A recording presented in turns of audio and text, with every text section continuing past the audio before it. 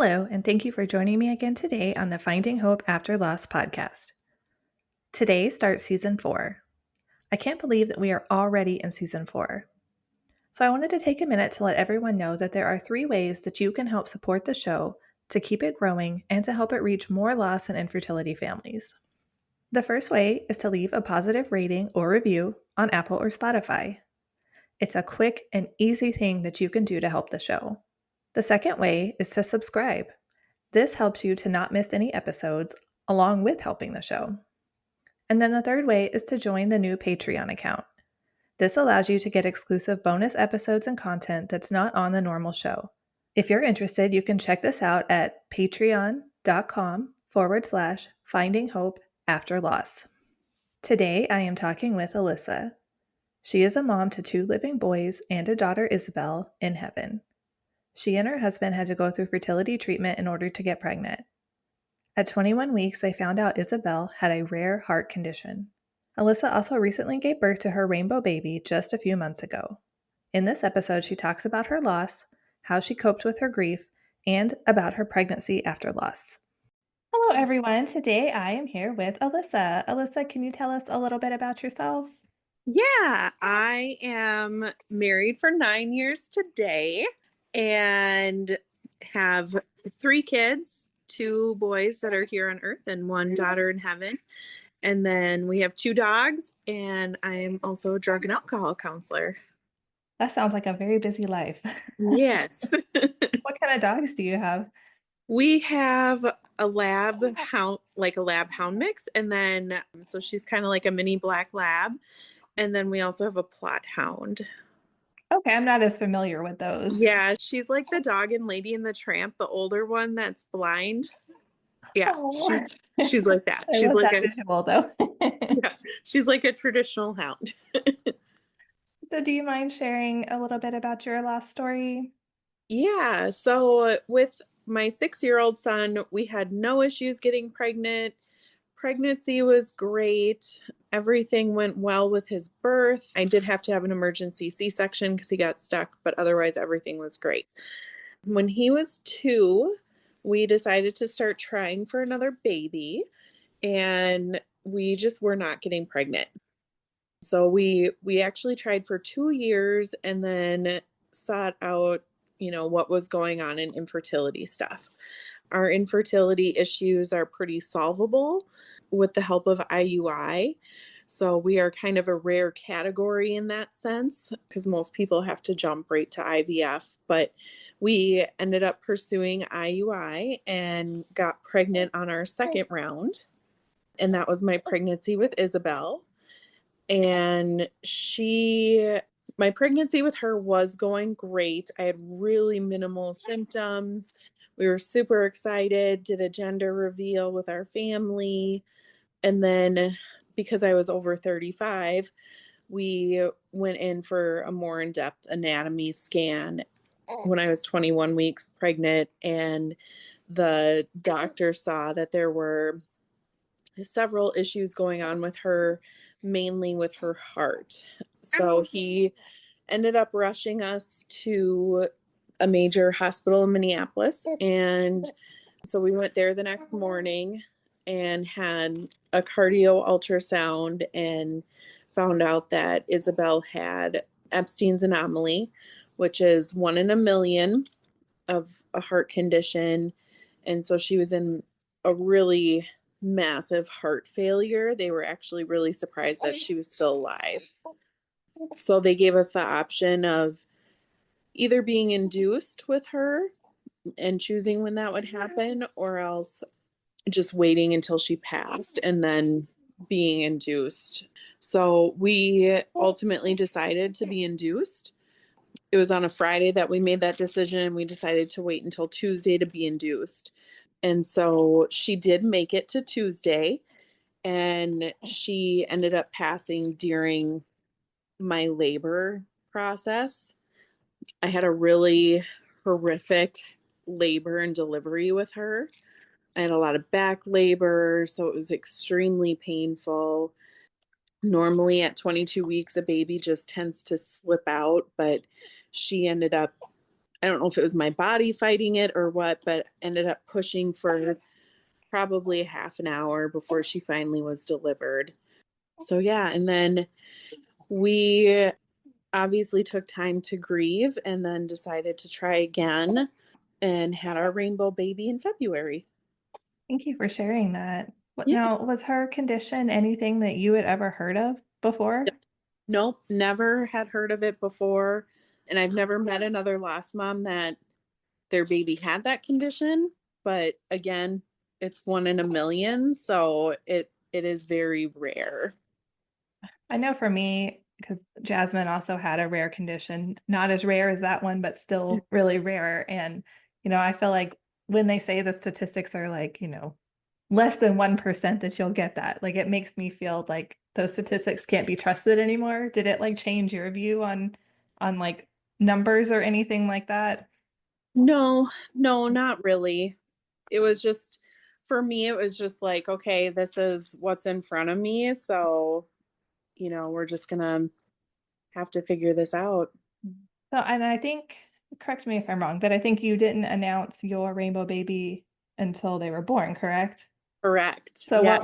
how was that? Like keeping it It was kind of difficult.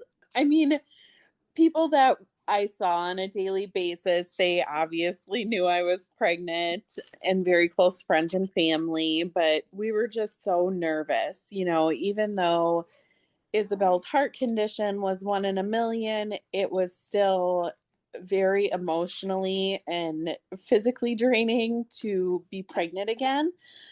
And we had gone through IUI to get pregnant again and got pregnant with him on our second round of IUI. And yeah, it was just scary, and so putting it out there wasn't something that we wanted to do.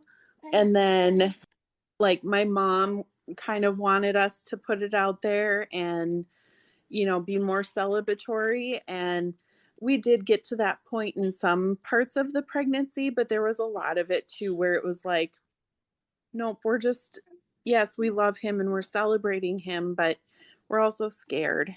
And so we just decided, you know what, let's just wait until he's here and then we'll announce it. I think a lot of people, especially if they've never been through loss, don't understand that pregnancy after loss is not a normal pregnancy. Yeah. Like Yep. it's terrifying. Yeah. Yeah. And I guess I wasn't prepared for that part. Like, I was and I wasn't. I mean, I expected that there was going to be triggers and stuff, but I just thought once I got past week 22, when we lost Isabel, it would be smooth sailing and I would feel differently. And in some ways, I did, but in other ways, it didn't feel different. It was still scary. I had that same thought. I was like, once I get past that week that we had the loss, like it should be okay, right?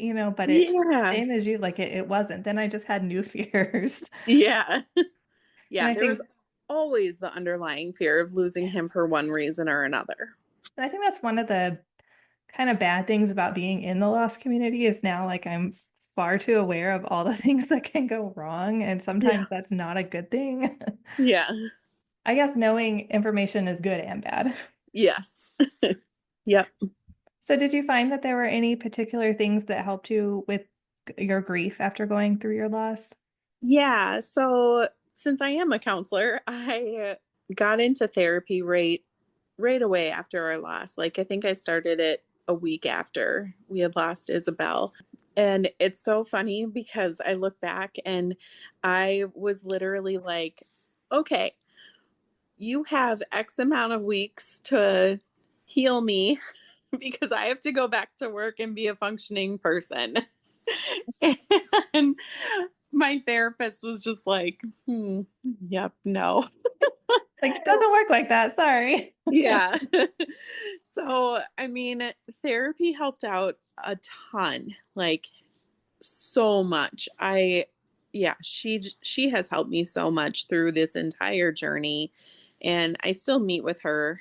And that was a huge piece to it. I also did not get on antidepressants right away just because I felt like, my doctor had offered it, but I was like, my hormones are going to be changing and I don't want to mess with my body too much. So let's just try without.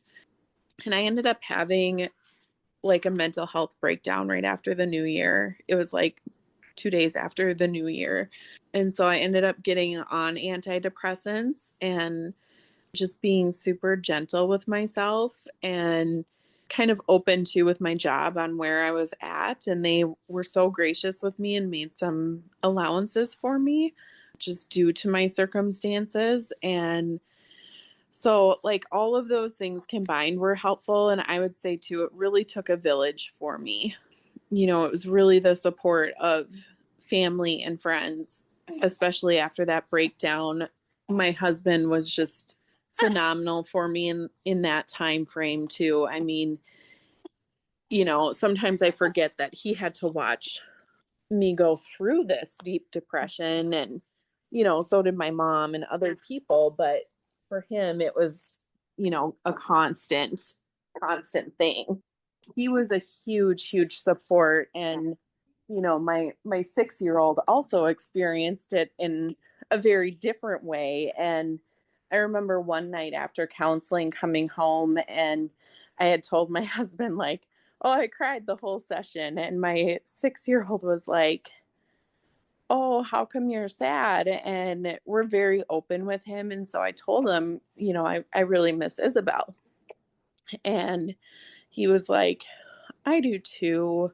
I'm sorry that makes you sad. And I was like, but you know what makes me happy? And he right away he was like, I do. And I was like, yeah, you do. So, just having those two boys in my life was like life saving in those really dark days. And then my mom and stepdad, they came over and helped with meals and entertaining the boy, my 6 year old. And like my brother and his family were super supportive. I had friends that were constantly checking in on me and stuff too. So I would definitely say the therapy, the medicine, just the support from the community, those were the top three things that really helped me in my grief journey and still does. It sounds like you have a lot of supportive people in your life with your job and your family and friends and you Yes. know. Yeah. We are so lucky. When we found everything out with Isabelle, we had so many people text us and say, what do you need? And I don't know about you, but in those moments, it was like, I don't know what I need. I have no idea. And I had made that comment to my mom, and she was like, you're going to tell people that you need meals. So I listened to her. I told people that we needed meals, and we were fed for like 2 months. That's amazing. Yeah, it was incredible. And most of it came from people at my job. So, And yeah. that's one thing you don't think about because like you said, I felt the same way. I'm like, I don't know what I need because I just want my daughter. I don't, Yeah. I don't know, but you don't want to have to think about making food and Mm-hmm. it's just one of those things that is seems like a small thing that people can do for you, but is really a big thing. Yeah. Yeah. It was huge. Did you find the medical team that you worked with supportive? Oh my gosh, phenomenal. So, my doctor, my OB, I had just started seeing her with that pregnancy, and she was just incredible. Her and the nurse that she works with, they have supported me so much through this journey. And when I had Isabelle, my doctor wasn't the on call doctor. And fun little fact, both my oldest and Isabelle were born at the exact same time. Oh, wow.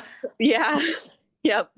So she was born at 7:55 at night, and my doctor came in special just to deliver her, and just felt like she really needed to be there for me. And so that was phenomenal. I had three nurses in the hospital that my mom says they were like little mother hens to me, and they really were. And I don't know, like going into it, I just kind of expected, like, okay, have a baby, like walk out, and like not an emotional connection or anything. But these nurses were connecting with us, and they were just phenomenal, just so wonderful. And my husband actually works at the hospital that we had Isabelle at. And so he has given them updates when he's seen them. And then one of my nurses that was there for Isabel's delivery actually delivered Finley, our rainbow baby. So that was super special. Yeah, everything's just really come full circle with the medical team. And then with it's a different company that does the anatomy scanning. And when I scheduled the anatomy scan for Finley, I just scheduled it with any doctor. And when we found out about Isabel's heart condition, there were three doctors in the room at the time. And one of them, I had zero clue what her purpose was. Like, my trauma just kind of blocked it out. And when we did Finley's anatomy scan, that doctor actually walked in the room, and both my mom and I, our jaws just dropped to the floor because we couldn't remember what her role was. But she was one of the specialists. And so she got to come full circle and see that we were pregnant again. And then the doctor that told us about Isabel's initial issues that rushed us down to the major hospital, I actually got to see him last week, and he met Finley. So I love that. that was really cool. Really cool. Yeah, so it sounds like you were lucky on all sides, like the support that you received all around. Yes. Yes. We were so, and I mean, we still are just so lucky with that. I think doctors and nurses don't understand how important their role is, like when we're going through a loss, and just showing that little bit of compassion even just is so much more important than they even realize. Yeah. Yep. Agreed.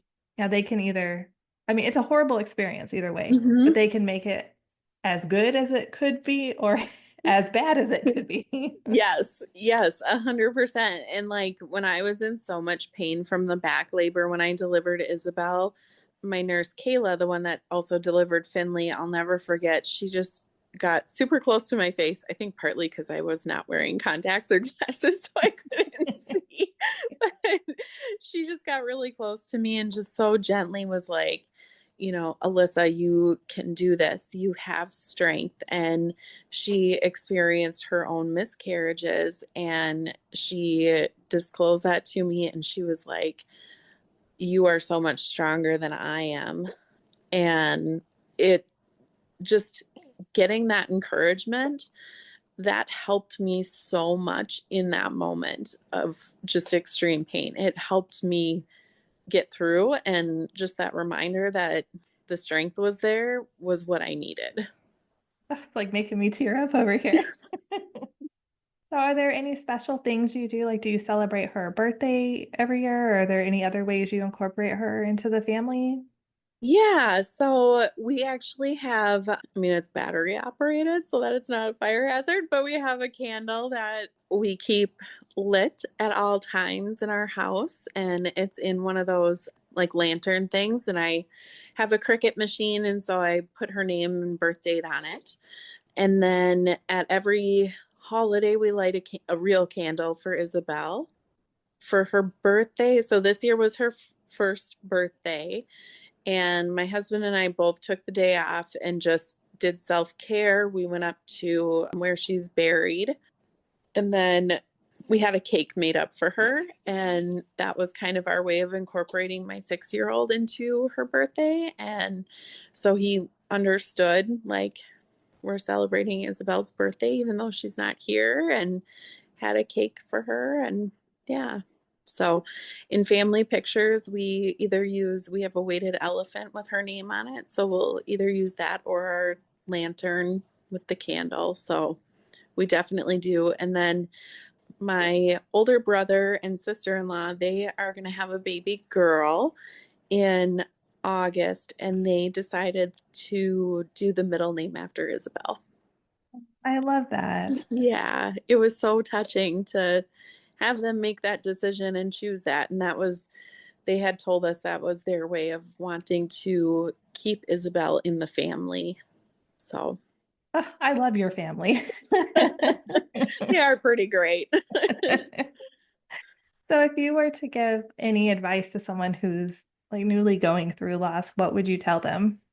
I would tell them to definitely be gentle with themselves. I feel like in so many ways I was not. And part of that is my personality. I tend to get stubborn. And there were definitely times where I pushed myself when I just needed to take that step back. And I think that is a huge thing that contributed to that mental breakdown was I went back to work thinking, okay, now I've got to be normal. And nobody had that expectation on me but myself. So, just to be gentle with yourself and allow yourself to process some of those feelings is really huge, even though it sucks and it's not fun by any means. We have to if we're gonna get better and be functioning for those in our lives. I had the same experience. I think I'm a lot alike personality wise because I was like, I just got to go back to work. I just got to be normal. I just got Yeah. to like move on. And then it's like, then it all explodes in your face because you tried to push yourself. Yes. And yeah, like you said, I think it's important to realize that we're the ones putting that expectation on ourselves a lot of times. I mean, Hmm. sometimes there is outside pressure too, but I think a lot of it is internal. Yeah. Yep, it is. And then I had heard recently that the first year of grief, you operate at like your 50%. So when I heard that, it made perfect sense to me why I had this mental breakdown because it was like I was trying to go back to my norm with just life in general, and I wasn't normal. I wasn't my normal self. I experienced a trauma, a loss, and so that's where that advice comes from for me to other lost moms to just be gentle with yourself because you're not going to operate at your normal speed and you're not going to be yourself again. I think that's great advice. Sometimes it's hard to take our own advice and listen to ourselves, but Yeah. Yep, for sure. so when did you first find like the lost community? Was it soon after your loss or was it later? Yes and no. So we actually discovered the lost community. This is so crazy. So I'm going to give a shout out to my friend Mandy. She is a huge reason that I am part of the lost community. And she was one of those huge helpers for me in those really dark days. So we met, like I said, I have a cricket machine. So on Facebook, I'm part of these cricket groups. And there was somebody on there that said they had lost a grandchild to stillbirth or their own. I can't remember. Anyways, they were asking about memorial things. And Mandy had commented on it that she had lost her son and that if anybody wanted to talk, her inbox was open.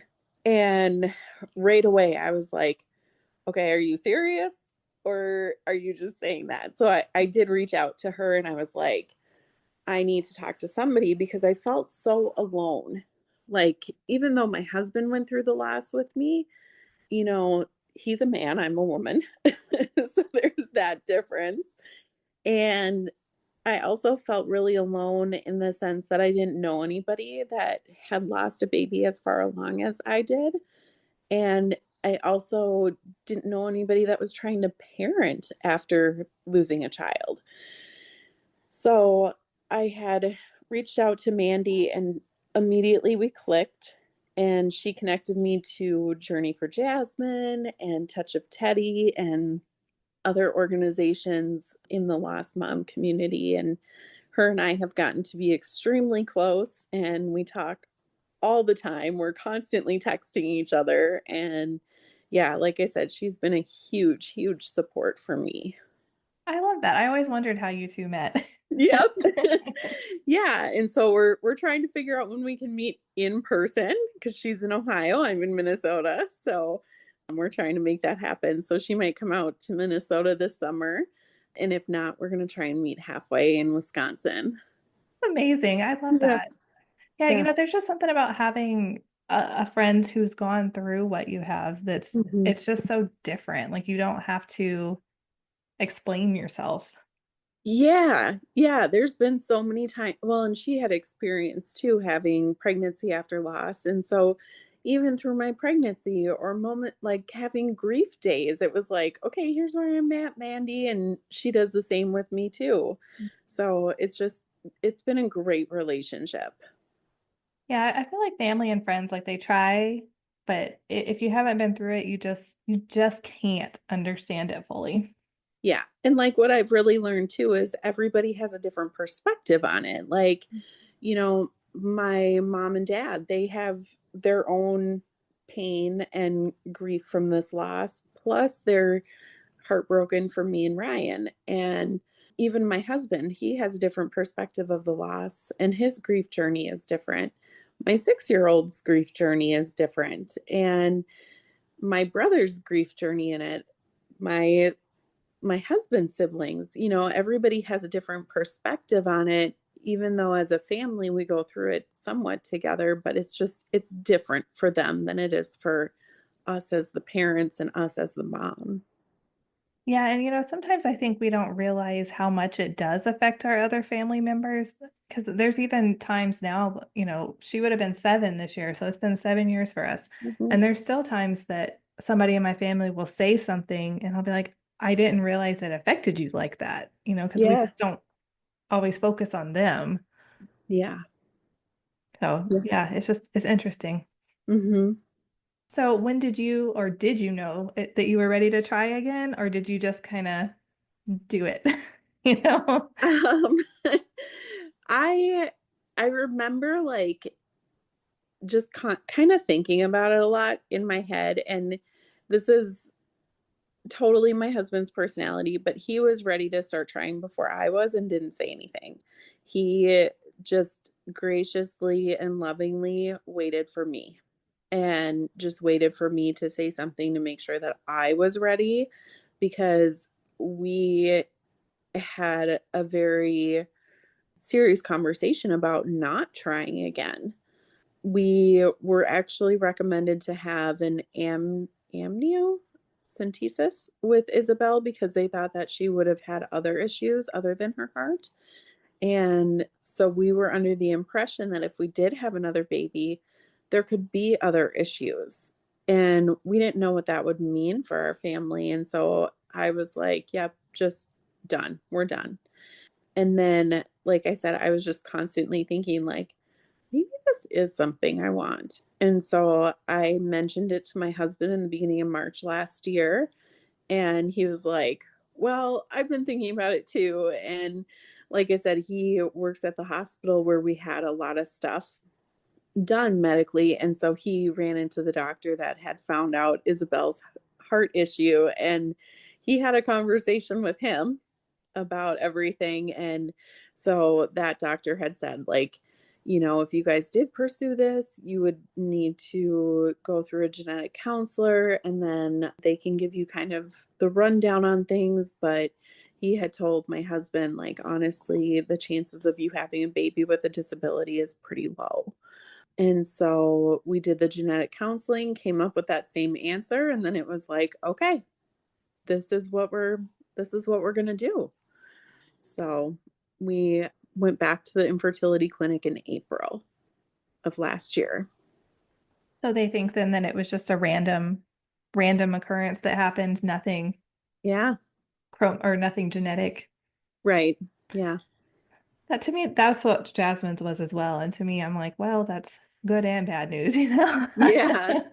Glad it's Yeah. not, a for sure like genetic thing, but also knowing that random things like that can happen is not always very comforting. Yeah, it's scary. It goes back to being scared of being pregnant again and losing the baby and, all the things that can happen. I know, just a quick question. You participated in the rainbow skirt. How was that Mhm. experience for you? It was really cool. I am not like I'm an emotional person, but I don't like cry a lot, I guess you could say. But it was a very moving, very emotional experience to be able to wear that skirt and know that other lost moms had worn it before too. And the skirt that I wore was donated by Mandy and her family. And so in the band, it actually had her children's names in it. And so that was really cool to have that connection. So, yeah, it was a wonderful, wonderful experience, and, when I got this skirt, I remember being like, "Holy cow, this is so much bigger," like, I had seen pictures of it, but I was like, "This is way bigger than I expected," but doing the photo shoot, that's where the emotions came in, and it was just really, really fun, and those are some of my favorite family pictures. You had the lantern and stuff in them too, Yep. didn't you? Yeah, I Yeah. remember. I was like, that sounds familiar. Yep.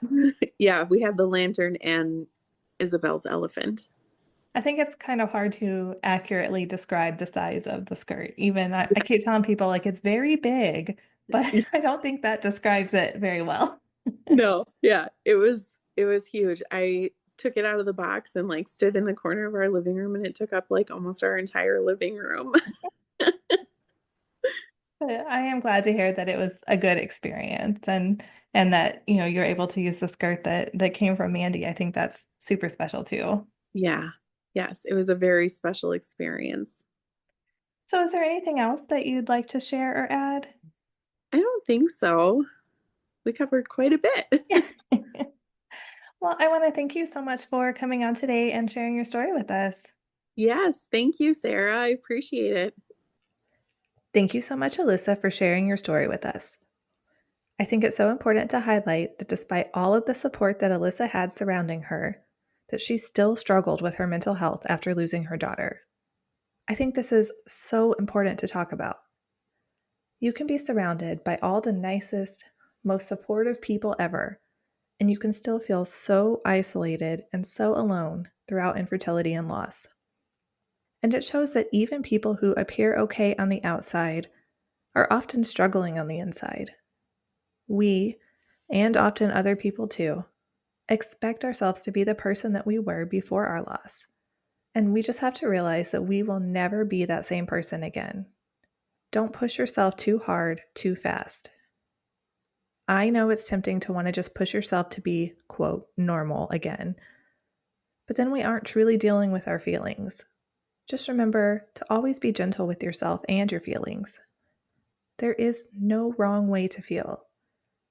Whatever you are feeling right now is exactly the right way to be feeling. Don't forget to subscribe so you don't miss any future episodes. If you like the show, please leave a positive review or rating on Apple or Spotify. It only takes a moment and really helps the show reach more loss and infertility families. Thank you so much for tuning in, and remember, we are all in this together.